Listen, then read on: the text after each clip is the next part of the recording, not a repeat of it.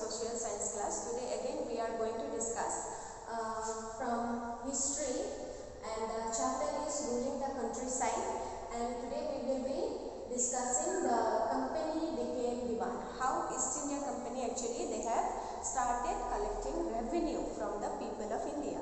Okay, so all of you please take out your books and let's discuss the chapter ruling the countryside. So, in our earlier discussion, we already got to know that Robert Clive, he was the Governor General of Bengal. Okay, and in the year 1765, the Diwani right or the power of collecting revenue, it was given to East India Company. Earlier, it was run by the Indian rulers. Okay, the Indian rulers or the Mughal Emperor.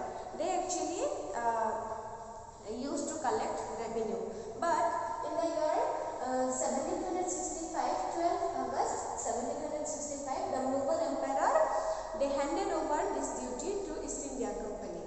Okay, and it was a grand event, a very big program for East India Company as well as Robert Clive. Okay, and it is said that here actually in this book one picture is also given. This picture was drawn in the memory of this grand event. Okay, and that event took place in Robert Clive's tent, and it was witnessed by a few Englishmen and a few Indians. Okay, it was a grand event for East India Company as well as Robert Clive for company's growth. As Diwan, company became the chief financial administrator of the territory under its control. So after getting the Diwani power, the company actually focused on yielding enough revenue to meet the growing expenses of the company.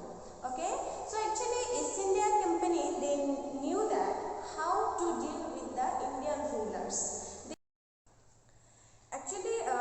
Company learned that being an allied power, it needed to pacify those who in the past had ruled the countryside.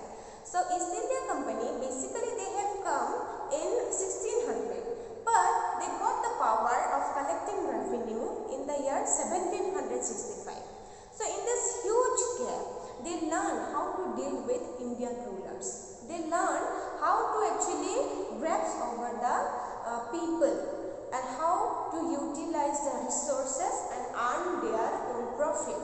And that is why they focused on alignment or aligning power. Okay, they focused for align power and not removing the or not eliminating the previous rulers of that particular place. So now we will move to revenue for the company. Now let us move on to the next topic, revenue for the company.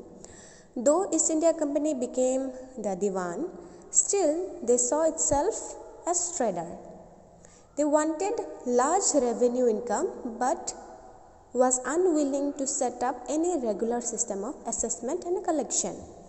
East India Company wanted more and more revenue, but there was no formal system of collection. The effort was to increase the revenue as much as it could earn by fine cotton and silk cloth as cheaply as possible. So East India Company wanted every expensive products in its cheapest price. As a result, what happened? The value of goods bought by the company in Bengal doubled. So what happened? Whatever the goods bought by company, its value doubled up. Before 1865, the company had purchased goods in India by importing gold and silver from Britain. Now the revenue collected in Bengal could finance the purchase of goods for export. So before 1865, if the company wanted to purchase anything from India, they had to import gold or silver.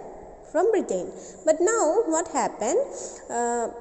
The revenue collected from Bengal could finance their purchase. Soon it was clear that the Bengal economy was facing deep crisis. It was realized that Bengal economy slowly it is facing deep crisis. Artisans were deserting villages since they were being forced to sell their goods to the company at low prices. Peasants were unable to pay the dues that were being demanded from them. So what happened?